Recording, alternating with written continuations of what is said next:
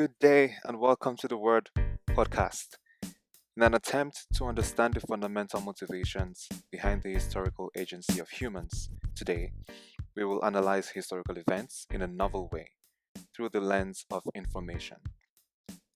Now, for a short period of time, we have lived in peace relative to our recent dark past in the world wars of the early 20th century. This is mostly due to the presence of nuclear weapons, which makes war unprofitable as all parties involved in a nuclear war are bound to lose because of the destructive capability of such weapons. As Harari mentions in his book, Sapiens, A Brief History of Mankind, world peace is not just the absence of war, but the implausibility of it. With the increasing amount of countries in possession of nuclear weapons, more and more countries are coming to a stalemate in terms of military power on the world stage.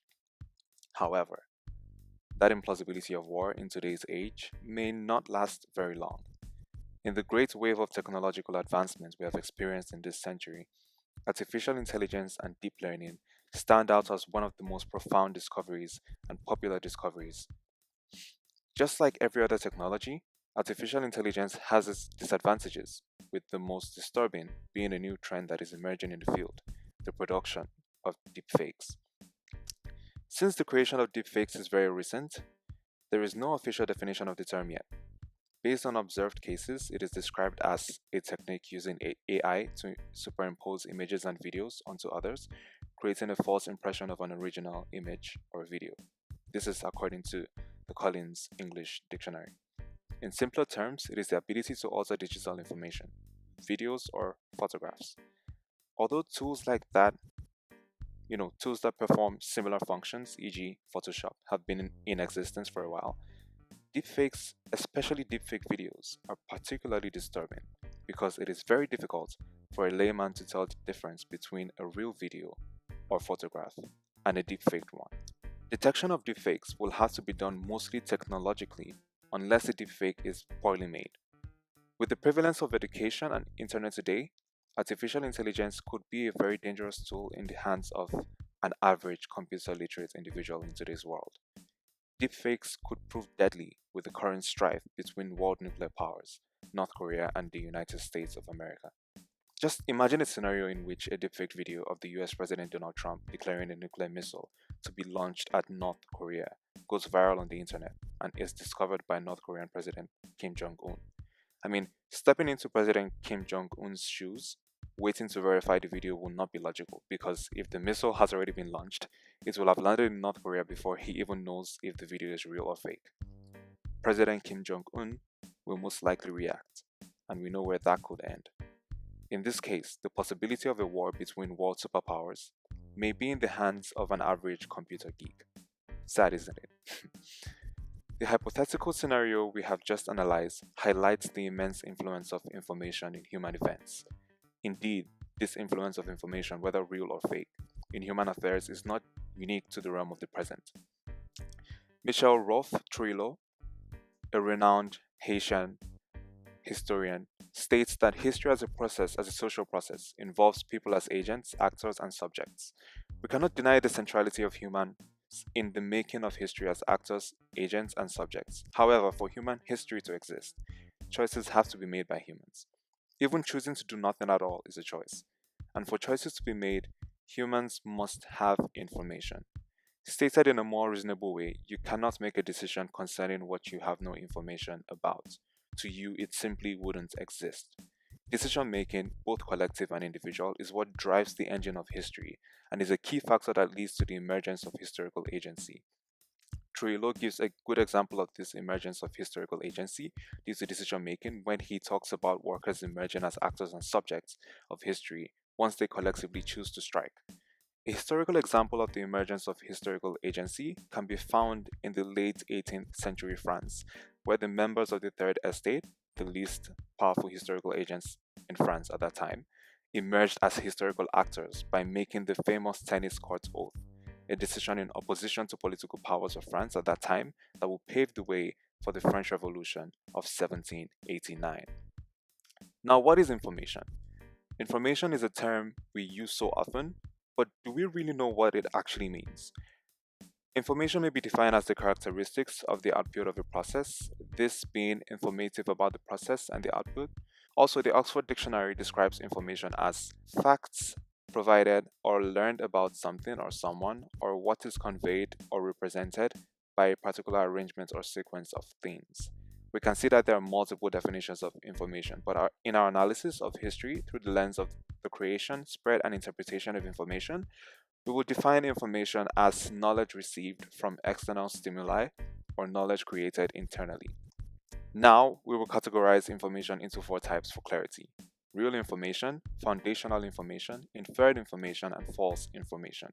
As we examine these kinds of information, we will see that they do not exist independently in reality, but influence each other. We will start with the most boring one, unfortunately. Actually, it's a good thing because we get to the interesting one later. Real information. Now, real information is boring because it's what you see, basically. It's what is. It doesn't need, it's void of human interpretation. It's simply facts such as the color of an object, the relaying of an action carried out by an entity, and so on.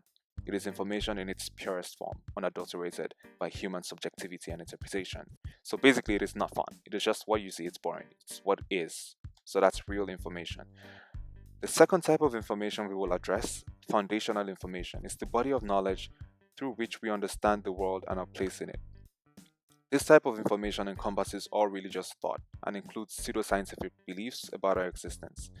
A lot of important historical events took place when the information people held as foundational were opposed by new information. An example is what happened in the early 17th century Italy, when the great Italian astronomer Galileo Galilei claimed that the earth revolved around the sun in opposition to the widely held Christian view that the earth was the center of the universe, with the sun revolving around it. This new radical information was seen as an attack on the foundational information the Roman Catholic Church held to be true at that time, but greatly boosted the scientific revolution that was already taking place in Europe. However, Galileo was accused of heresy and punished for his beliefs. Sad ending. Another historical example is found in the 1776 American Declaration of Independence from British colonial rule, which paved the way for the creation of the United States of America in 1783, a historical watershed moment that will initiate a long line of revolutions across the world during the period historians term the long 19th century. In the Declaration of Independence, Thomas Jefferson writes, "We hold these truths to be self-evident, that all men are created equal, that they are endowed by their Creator with certain unalienable rights, that among these are life, liberty, and the pursuit of happiness." Now, these Enlightenment principles, especially the idea of equality among humans, sparked the rebellion of the colonies in America due to the oppression from the British Crown, who levied heavy duties on their imports and used unfair military measures to ensure their compliance. The British monarchy was seen as a dominant imperial power at the time of the American Revolution and gained power like other monarchies in Europe at that time, based on the widely held belief that humans were born unequal, with those born into royalty being superior to others.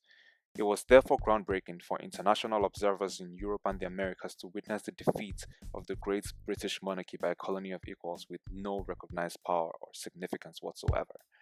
The defeat of the British monarchy followed the adoption of Enlightenment ideas across Europe. In the examples we have mentioned, we can see how foundational information served as the basis for interpreting new information.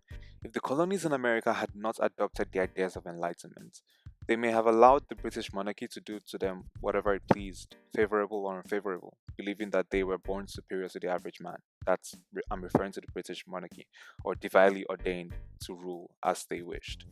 However, with the ideas of equality, they may have interpreted the new information they received concerning the levying of unfair duties and military oppression as unjust practices carried out by humans on their equals. The third category of information is what we call inferred information. This category of information consists of all information created through the subjective interpretation of real information, which is not necessarily true. The best historical example for this is eerily close to the hypothetical scenario we examined at the beginning of this podcast: the Cuban Missile Crisis.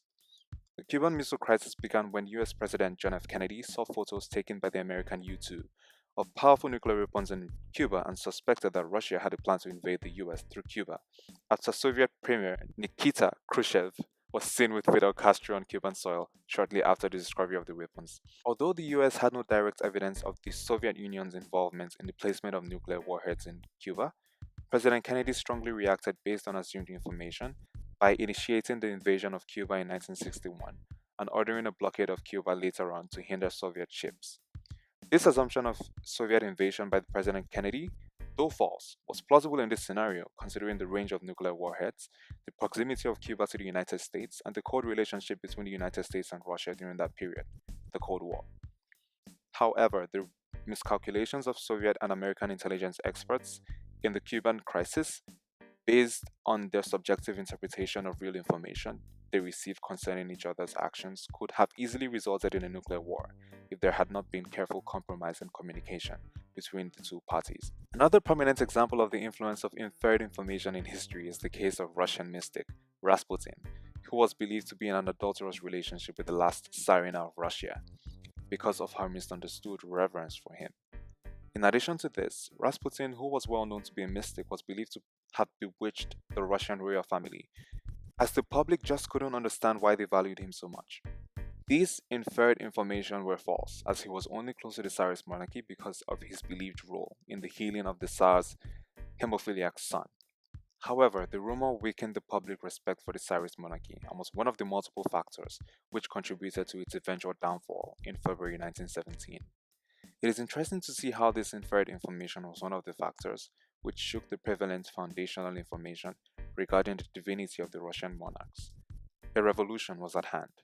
Although Rasputin's control over the royal family initially started out as a rumor, the depiction of such information in the front cover of the April 1917 issue of Novy Satyricon, a well-respected satirical journal in early 20th century Russia, portrayed the rumor as truth. This leads us to the last type of information, false information. Now, false information is popularly known as fake news in the present age. False information is true information that has been altered or created information that is not true. The deepfakes mentioned at the beginning of this video are an example of false information.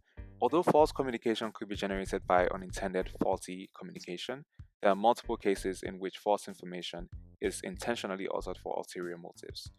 Those who are involved in the adulteration of true information undoubtedly recognize the power of information in shaping our thought processes, as we have highlighted in this podcast. Perhaps the most abominable incident of false information in history was the anti-Semitic Nazi propaganda in Germany during World War II. Hitler, the leader of the German, together with Joseph Goebbels, the Reich Minister of Propaganda of Nazi Germany during World War II, and his successor Hermann Göring, chief of the Luftwaffe. Hitler stirred up the hearts of the German public against the Jews, using the media and press, which were fully controlled by the Nazi dictatorship. In addition to this, public speeches and conferences in which the Jews were accused of attempting to exterminate German population and the need for retaliation by the Germans were a norm in Nazi Germany, with one of the most infamous being Hitler's pre-war prophecy about the extermination of the Jews in Europe by the Nazi regime in the event of a war during his speech to the Reichstag on January 30th, 1939. The result of this hostility brought about by the false information led to the wrongly justified annihilation of about 6 million Jews by the Nazi regime, the Holocaust.